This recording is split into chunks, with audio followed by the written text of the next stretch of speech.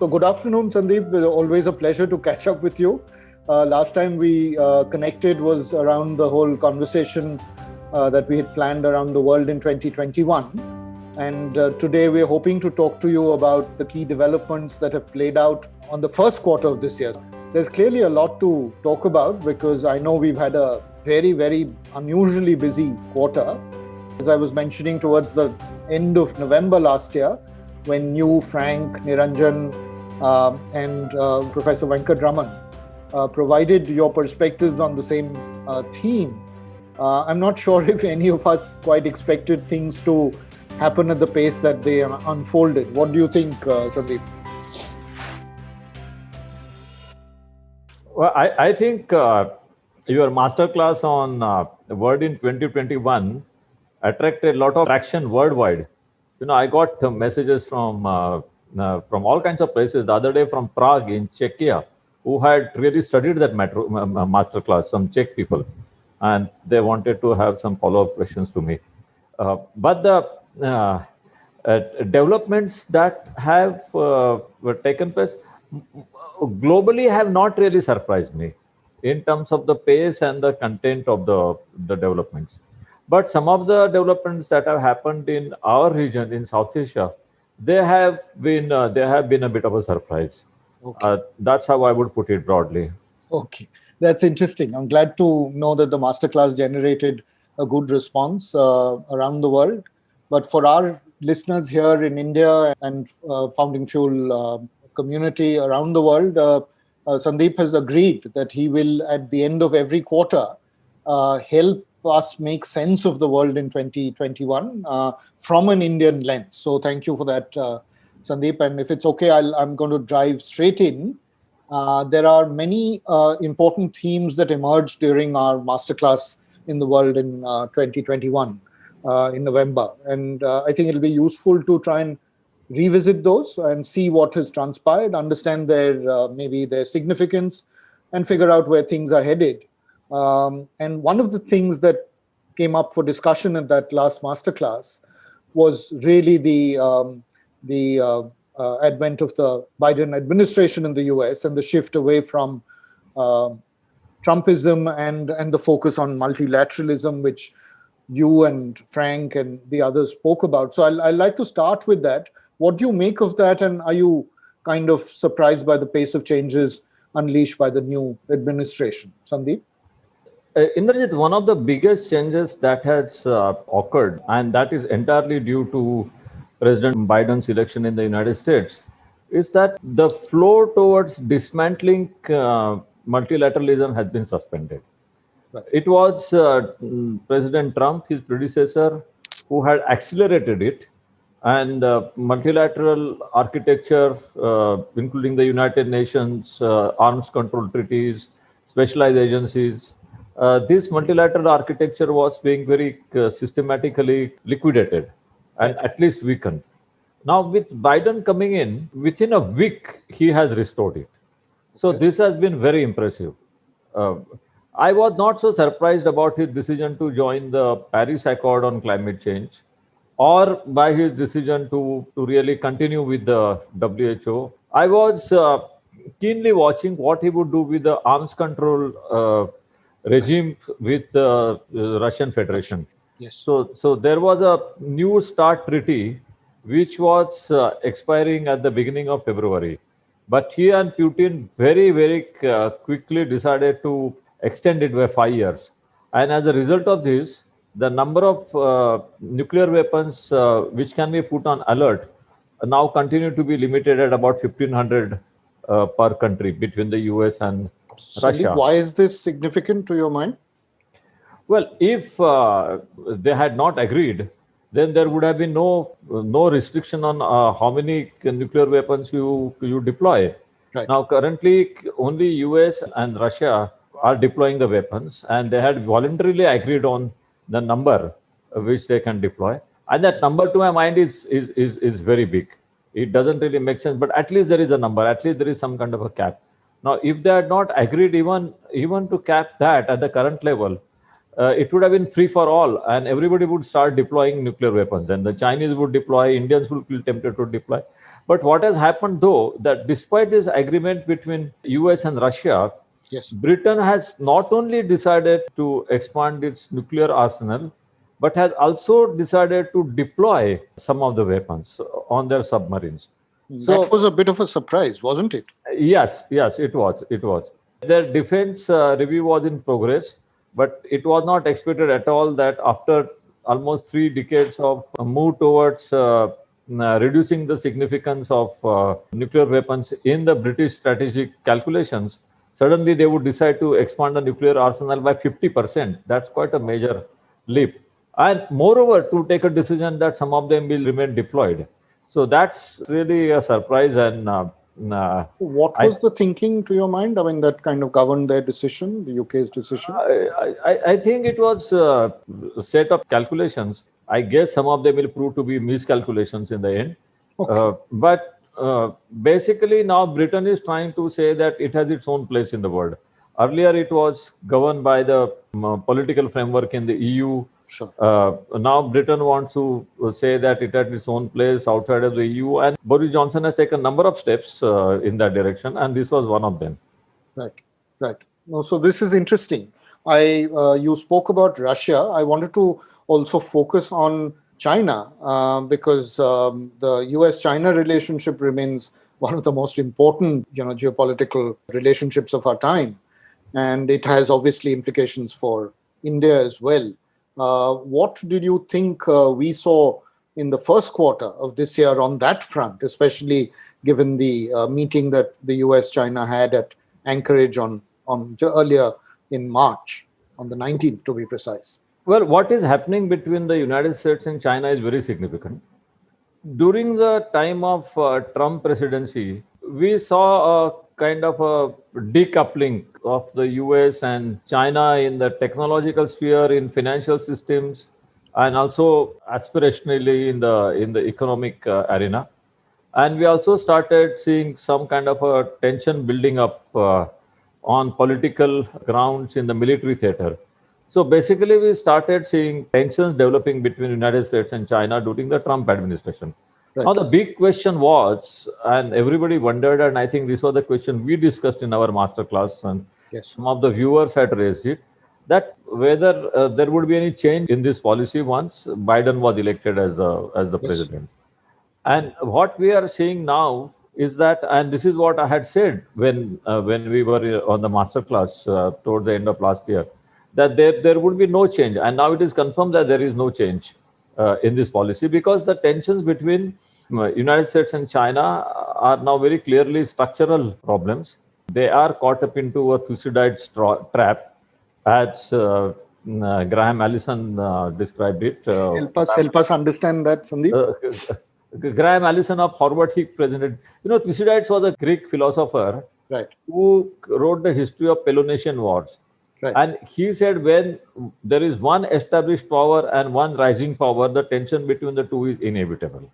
Okay. And this theory has been examined by several scholars, and it has been generally found to be right. It was only after the Second World War that you had a peaceful transition from existing power, which was Britain, and to some extent France, towards United States, which was a rising power. But the situation of the Second World War and even before that First World War, that was a very peculiar situation. But other than that, mostly when there is an established power and when there is an emerging power, there is a tension between the two, and that can lead to rivalry, and that can lead to a confrontation also. Confrontation doesn't have to be, but at least rivalry that will be. And this is what is happening. There is a very clear rivalry coming up between United States and China. But what I see, what happened in the last few weeks or the first quarter of this year, and this is very remarkable, that what we are seeing now is the beginning of the division of world in two camps. Right. And that's quite significant. This is what happened just before the First World War in the last century, more than 100 years ago. And we are seeing its reiteration now. We are seeing very clear emergence of two camps. United States with its some of its traditional allies, some new allies, and you have China, which is also working hard to make alliances with the Russian Federation, with Iran, and with some other countries. So we are really seeing the emergence of two rival camps, and this is dangerous. Whenever the world is divided into two camps, they are bound to have some kind of a confrontation at some stage. We don't know what is the nature of confrontation. It could be just economic, it could be only ideological. But if it gets translated into military confrontation, then the world will have a very major challenge.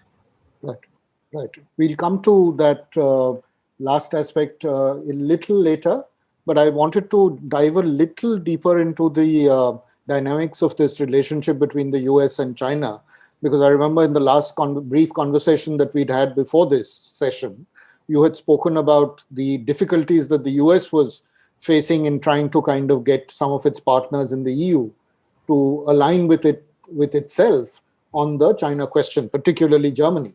And how do you kind of read that? Well, what you have now is as I said, the emergence of two camps. With the United States, you have Britain, you have France, but little bit caught up into European dilemma that I will just describe. And then you have Asian partners. You have India, Japan, Australia, potentially South Korea, Vietnam. So most of the American the camp is really made of the Asian partners, except for Britain. Chinese side, it's quite predictable. They have Russia, they have Iran, they are trying to cultivate Turkey. So they have kind of disparate partners. Right. Now, European Union, led by Germany under Angela Merkel, is trying to take a relative neutral stand, not completely on the question of human rights. They're very much with the Americans. Sure. But in terms of the strategic assessment, they would not like these schisms to go deep, Right. both with Russia and with China. And some time back, the European Union entered into a major economic deal with China, Right. of hundreds of billions of dollars. And now we will see European investments flowing into China at a fast pace. The Chinese have kind of agreed to give them a red carpet and eased many of the restrictions for which the Chinese bureaucracy is notorious. And we will see a strong forging of economic relations between Europe and China. Now, this is led by Germany, by Merkel. France is little bit hesitant because France, on the one hand, believes in United Europe, and so it would like to go with the European stance towards China and have a relationship with them. But on the other hand, France has its own concerns about China, and France also would like to be part of the American camp. So France is little confused, but by and large, you would see some kind of a new non-alignment coming up in Europe. Now, what we don't know is what will happen in Germany, because Angela Merkel is due to step down from chancellorship, and there is a lot of smog about who would really replace her. There are a lot kinds of speculation. It isn't really clear as to who will replace her and what impact it would have. But as the things stand now, you have Europeans trying to play kind of a neutral role and build bridges, strong economic bridges with China, but also with Russia, by the way, also with Russia. But their recent deal with China became quite known. And then you have Britain, which is confused. Britain wants to, I mean, Boris Johnson's Britain is a totally confused country. They want to have new allies in Asia to replace Europe. They can talk about India for sure in this context, and they can talk about Japan, and they would like to have the economic benefits of a relationship with China, but they are very much with the Americans in their assessment of strategic competition with China. So they wouldn't really like to be with China. They also look at China as a threat, and as not just a competition, but as a threat. And in fact, when Boris Johnson announced his expansion of nuclear weapons, and decision to deploy the weapons, one of the reasons he offered a justification for his decision was the threat from China. Right. So you have Britain on the other side. So we have an interesting situation coming up of two camps, but the Europeans playing the new non-alignment Sandeep, movement. you did briefly mention the transition in power in Germany.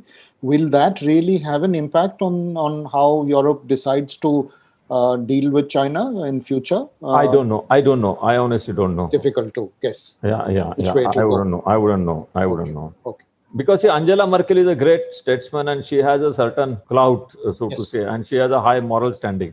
Now, Yes. with a totally new leader coming there, Yes. how much political clout he or she would have, and to what extent that leader would be able to carry a certain kind of a thinking ahead, I honestly don't know. Fair enough. Fair enough. That's something that I think have to keep our eyes peeled on Right. going forward. But I just wanted to move the conversation to another important theme that you yourself had spoken about in the last masterclass, which is really the shadow of the pandemic and the lack of global cooperation in being able to forge a common global strategy. And that's been, in some ways, stillborn from the very start. And we're no better off even after some of these months. We're in April now, and there is we continue to be a divided house. Now, how do you kind of see this pan out, the whole issue around vaccine nationalism, diplomacy? How is that affecting our world in this hour of crisis? Do you see any way out? It's quite interesting that this global geostrategic game is also mirrored in international pandemics politics. So you have very clear schism being developed between the US and China, they being in two different camps.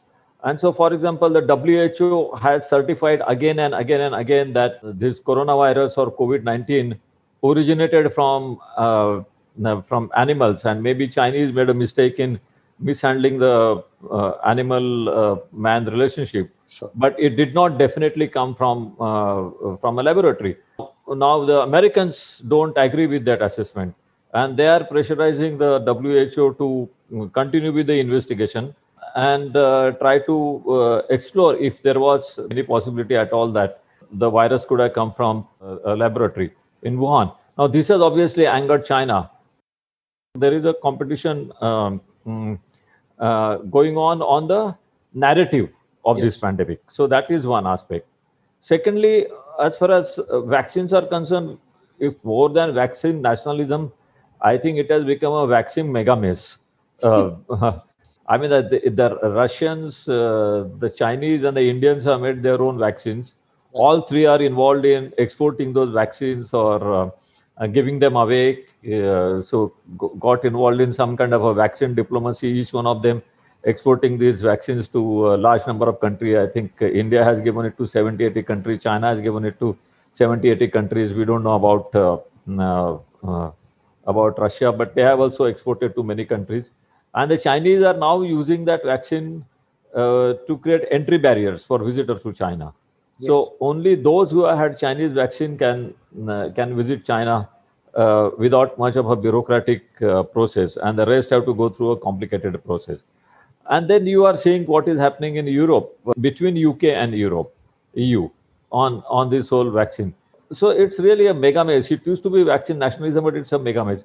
But what has happened, as a new development, which is very interesting, that just as in the geostrategic competition, Europe is emerging as a neutral player on the world stage. Even in the politics of pandemics, Europe has just signaled that it would like to emerge as a neutral player. And European Union has called for a new international treaty for international cooperation to prevent future pandemics. And this call has been endorsed by 23 countries.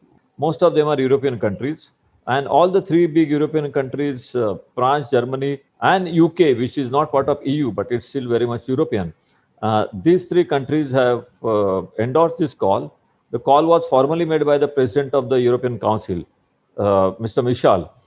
And so while US and China are focused on who did wrong last time and what did they do wrong, EU presidency has come out with a proposal to make sure how does everybody get it right next time.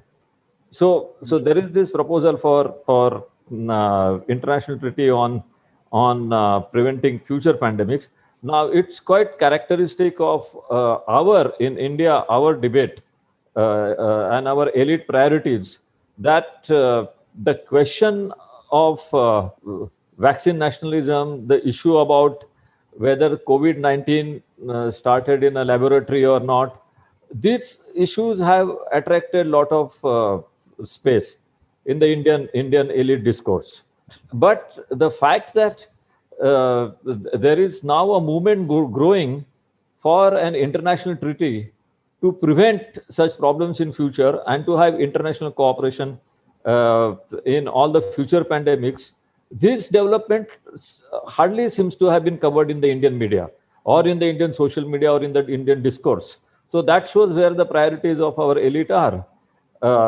Now, what is significant is that the world's leading biodiversity specialists have pointed out that there are at least 800,000, means almost close to 1 million sources which can cause new pandemics. Right. Close to 1 million sources. Now, what are you going to be able to prevent? If you couldn't tackle one virus, coronavirus, and you could tackle, SARS and Ebola, so out of just the three sources of pandemics in the last 20 years, we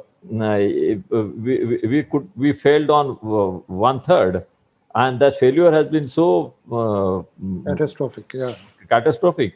Yes. Shouldn't we be worried about ranking of these 800,000 risks? Where would they come from? How to prevent? And that is why this whole movement towards a treaty to prevent future pandemics is important. But I don't see any coverage of that anywhere at all in any discourse, except in Europe.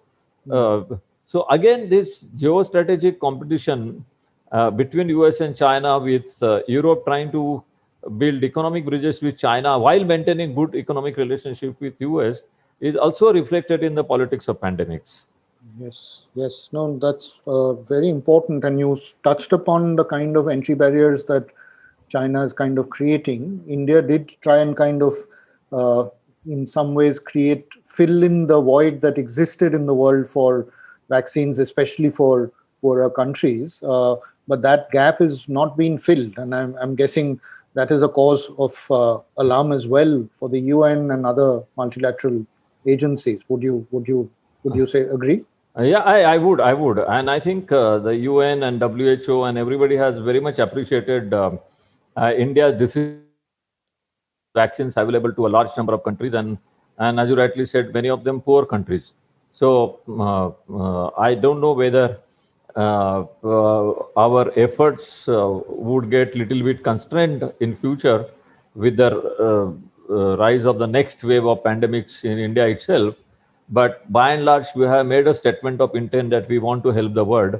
And I think we have acted on that intent. And that has been very much appreciated.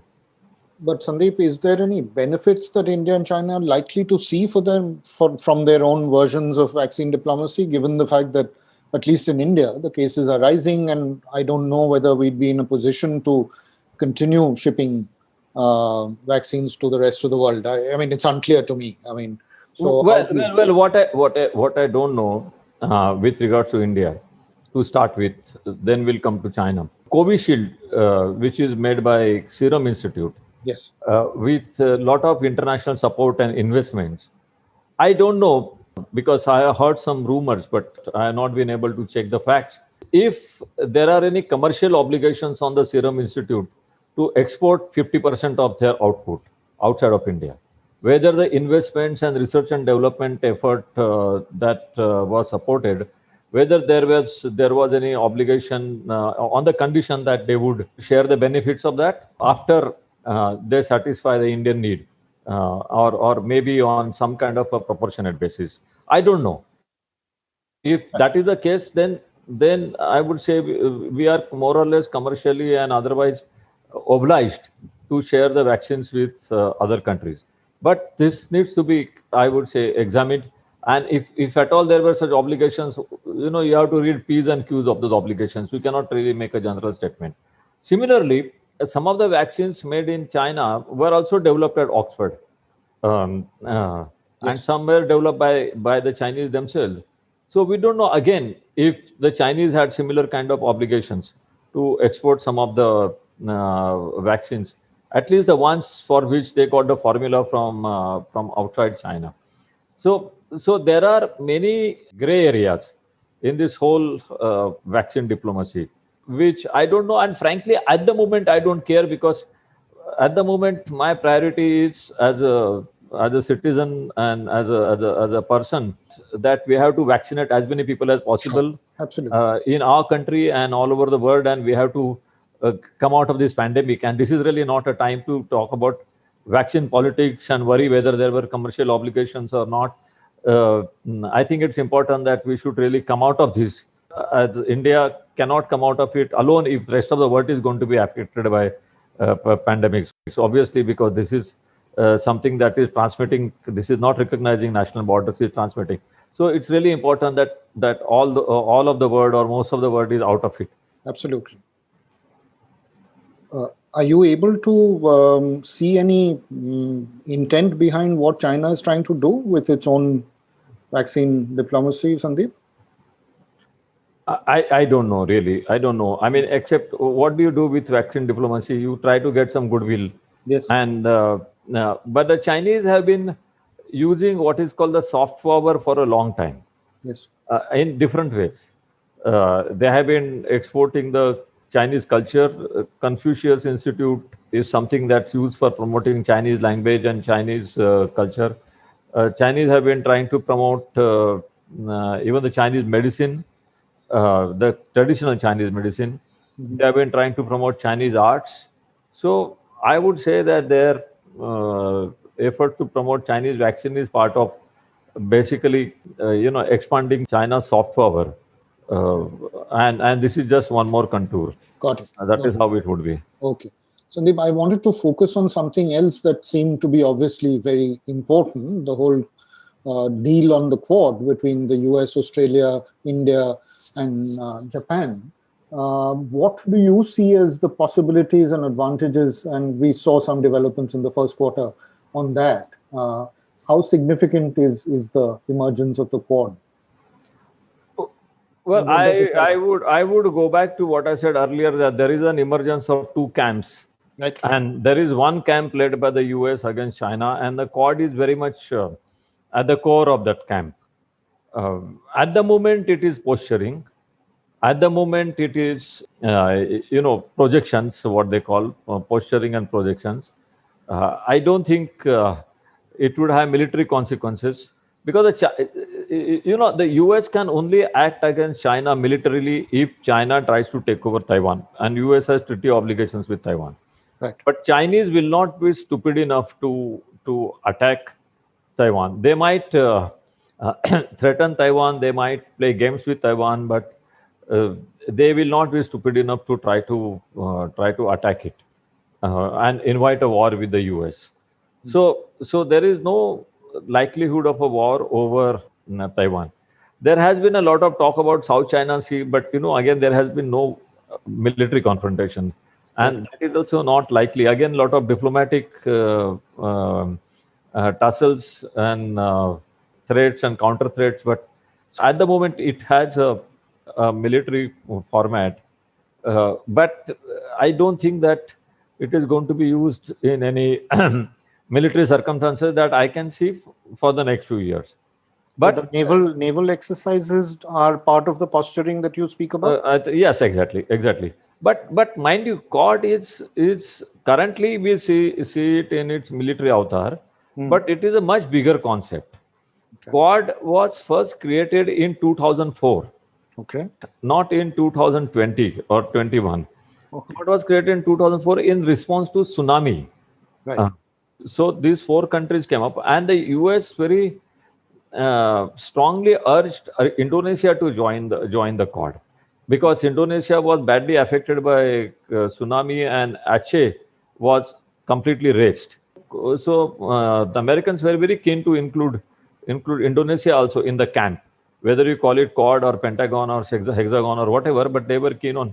But the Indonesians very firm. They said they would remain neutral in a conflict between, or not conflict, but a competition between US and China, and they would not join any kind of an arrangement.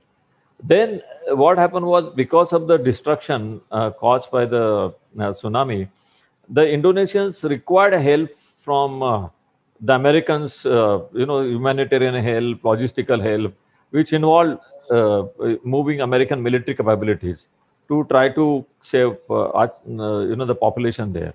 So they got it, and they got into military cooperation with Americans for humanitarian reason. After the tsunami was over, the Quad sat down, and then again it rose sometime later, and so it has been standing and sitting for some time.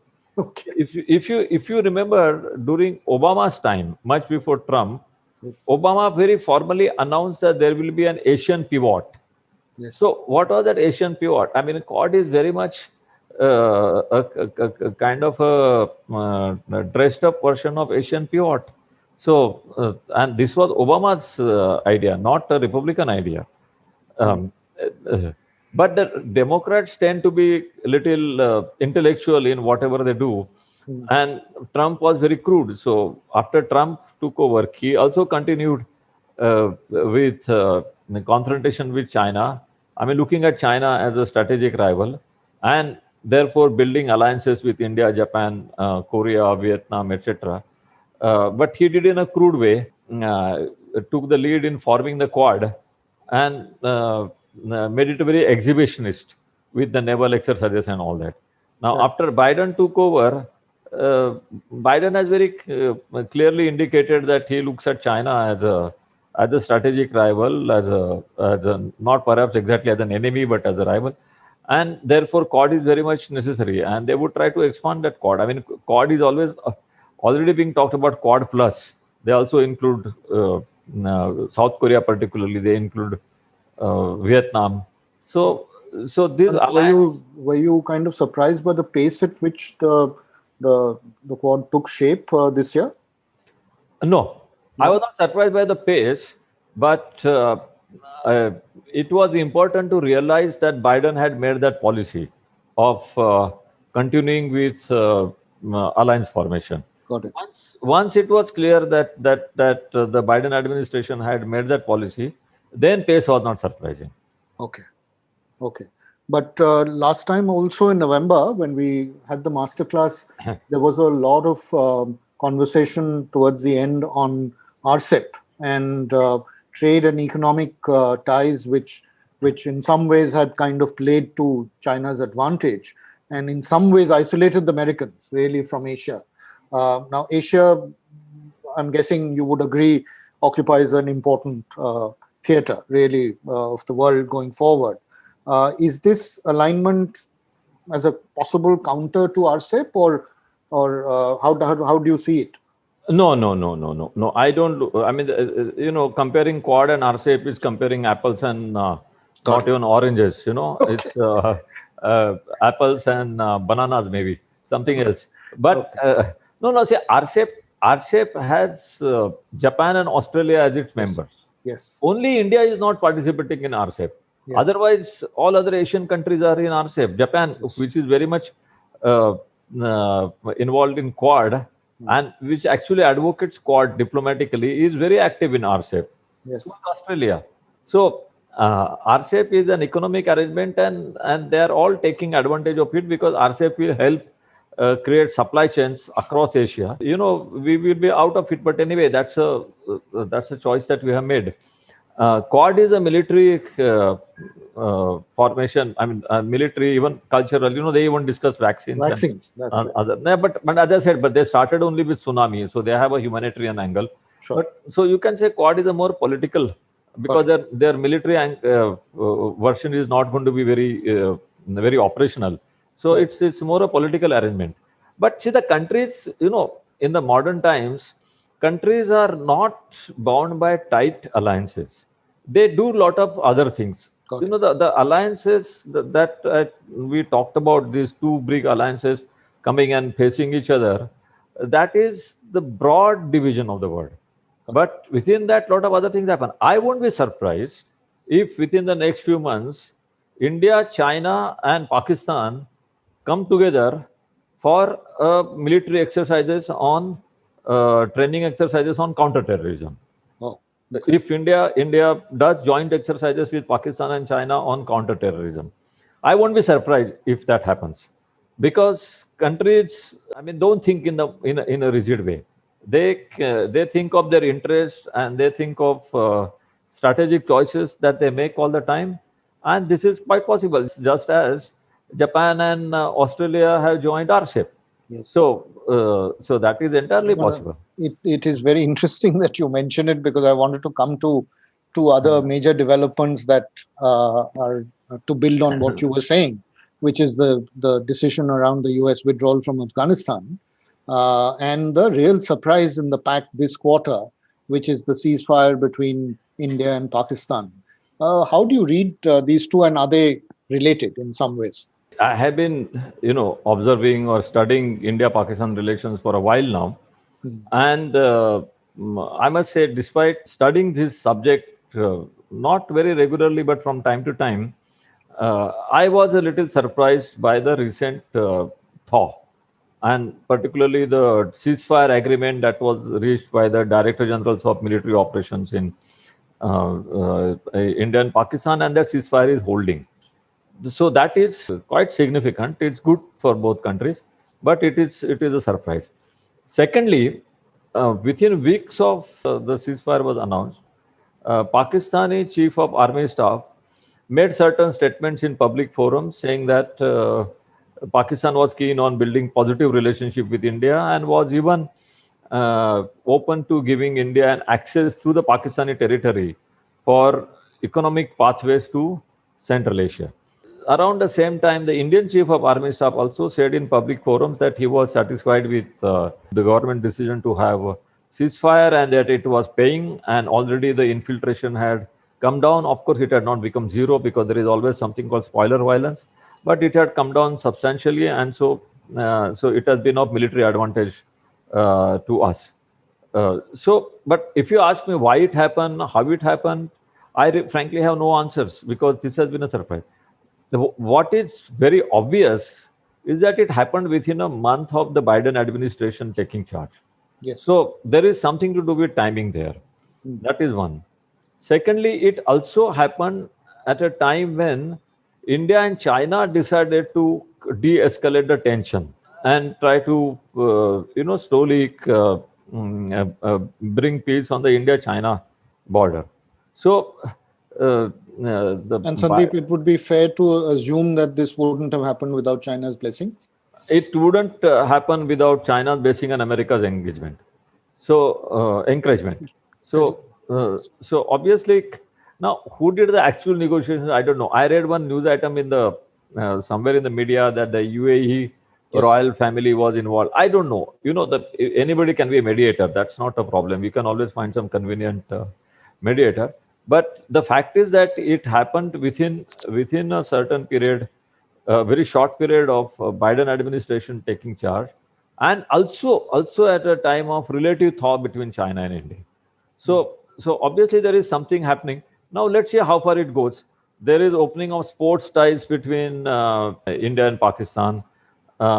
See, the trade between China and India is booming. While there are all kinds of people saying, we should boycott Chinese goods and all that, we are importing Chinese goods worth more than $50 billion. And the Chinese companies are even getting contracts from all kinds of entities in India. So the trade is booming in a very very significant way. We just closed some of their apps, which is just a symbolic political exercise. But the real commerce is taking place between the two countries.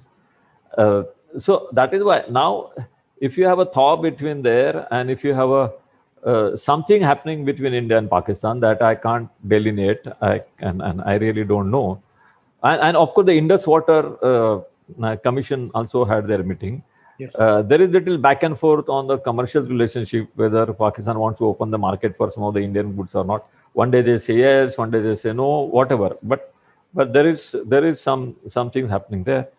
I won't be surprised if they even, somewhere down the line they start doing joint exercises. It won't surprise me. Right. But I Sandeep, don't know. what is the implication for the terror networks inside Pakistan and Pakistan-occupied Kashmir? I mean, is there any signals coming from there? Ceasefire agreement from Indian side means we will not fire bullet, but ceasefire agreement from the Pakistani side means not only they will not fire bullets, but they will not send a terrorist. So it's a kind of a recognition that that they will not send the terrorist groups, at least consciously. And in fact, General Bajwa, the Pakistani Chief of Army Staff, said it very openly. He said that for this ceasefire to work and for a new era in India-Pakistan relationship, it is important that we don't interfere in the neighboring countries. This is what he said himself, directly in a public forum. Yeah, that they won't interfere in the neighboring countries. Now, somewhere you will see some violence taking place sometimes, but ISI has many freelance operators within the ISI, and they can sponsor some violence. That may be possible. But obviously, what we are hearing from Rawalpindi is that there will not be officially sanctioned violence. There are a number of reasons for that, but implications are that we can, have a little bit of a breathing space for time being. Got it. And Sandeep, how much of this is related to the question of the US withdrawal from Afghanistan? Is this about creating space for India to play some kind of a constructive role there, or? No, I think these are parallel developments. Okay. This is parallel. See, the US wants to get the hell out of Afghanistan. See, they never really achieved anything there very concretely. And even before them, the Soviets did much by going to Afghanistan. So Afghanistan remains a big enemy. They go there, they destroy, but they are not really getting anything. So I think the Americans would like to walk out. They're realizing that they have to make some kind of a deal with Taliban, and the Taliban's main supporters, the Pakistan. But they will feel more assured if India also has a role somewhere. And the Afghans, frankly, trust India. They don't trust the Pakistani; they trust India. So there is interest in Washington DC for India to play a role, which is a lot more pronounced now than it was earlier. So we have to see. But these are parallel. I think these are parallel development. They could be linked somewhere. Got it. So, Sandeep, this has been a fascinating conversation. There's been so much that has happened in a space of 3 months. So thank you for distilling the major themes and focusing our attention on what's really important. But one last question, and this we'll try and tackle in a rapid fire sort of way with a quick comment from one or two in a minute or so each about the developments in our own neighborhood, starting with, say, Sandeep, with Myanmar, what's going on there. Very quickly, what's your reading? No, nothing more than what you read in the papers, Okay. It's Myanmar has always been ruled by the Janta. And when Aung San Suu Kyi got her chance, she didn't use it properly. She got very easily co-opted by the military, and now she has been discounted. Basically, the Janta will continue with his atrocities. So what does India do there, Sandeep? Well, India doesn't really have too many options. India can't anger Janta too much, but India believes in democracy. So we will just manage the crisis. We won't be able to resolve anything, just manage them.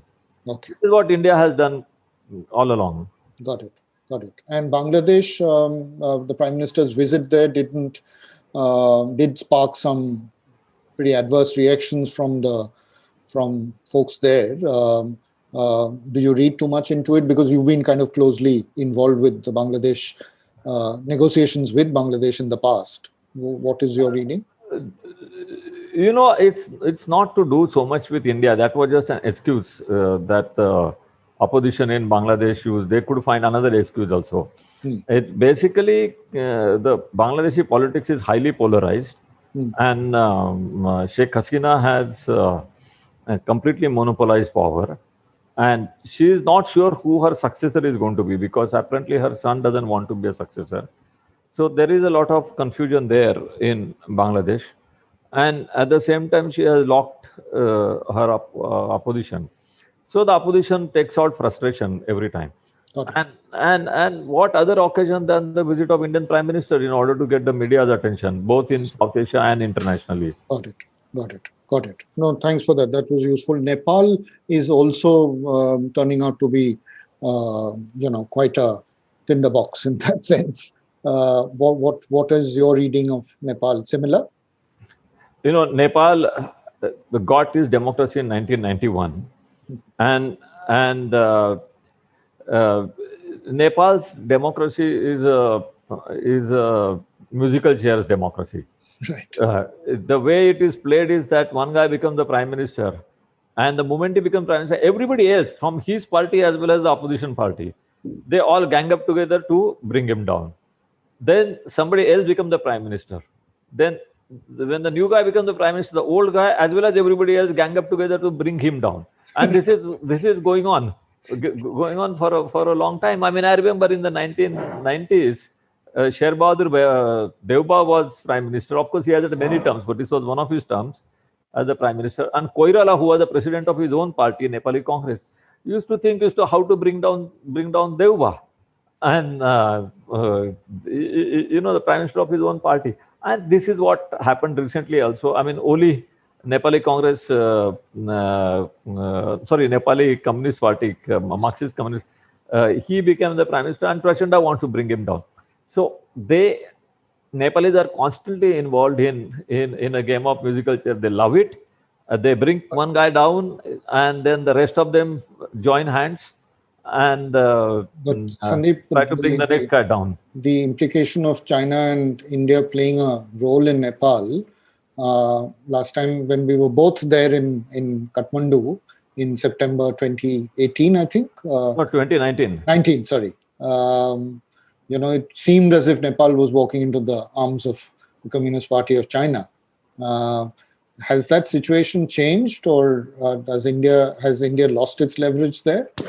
No, it's a game basically. Okay. The Chinese are quite entrenched in Nepal, no doubt about that, and they are more entrenched now than they were 10 years ago or 15 years ago. No question about that. But it is not a zero-sum game. Okay. And India has its own cards, and they will keep playing them. And so the Chinese will at times, go deeper. At times, India will try to make some inroads. This will go on. I wouldn't really evaluate it on the basis of a monthly developments. I mean, who's winning in which month. That's not that's not how Nepal is played. Okay. So let's kind of look to wrap up with this last question, because just to kind of offer and pitch this forward, if you could in a minute just give us a quick take on what you see as some of the key developments that we ought to kind of keep our eyes peeled on over the next quarter or two. Any that come to your mind? Well, I think for the next 2 or 3 quarters, or even for almost the next 1 year, this emergence of 2 camps, politics, and their mutual hostility and the risk of confrontation. It is currently in very early stage, and we have to see how it evolves.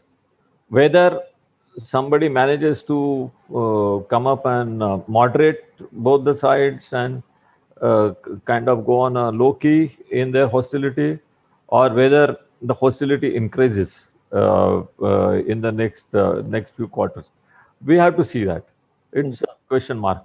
Similarly, in our immediate neighborhood, this India-Pakistan ceasefire and peace, we don't know whether it is a very temporary phenomenon or whether it has some kind of a longevity. We will know. That we will know in the next 3 months. We don't have to wait for much longer than that. Right. So, brilliant. Thank you so much for your perspective, Sandeep. We certainly look forward to tracking all the developments that you've kind of spoken about, including the whole world splitting into two halves in some ways, or two camps, as you spoke about. And once again, we look forward to catching up with you in early July, maybe, to take stock of the developments that play out in April to the June quarter. And to our listeners, see you then. We hope to catch up with Sandeep again. Thank you, Sandeep. Thank you, Indrajit.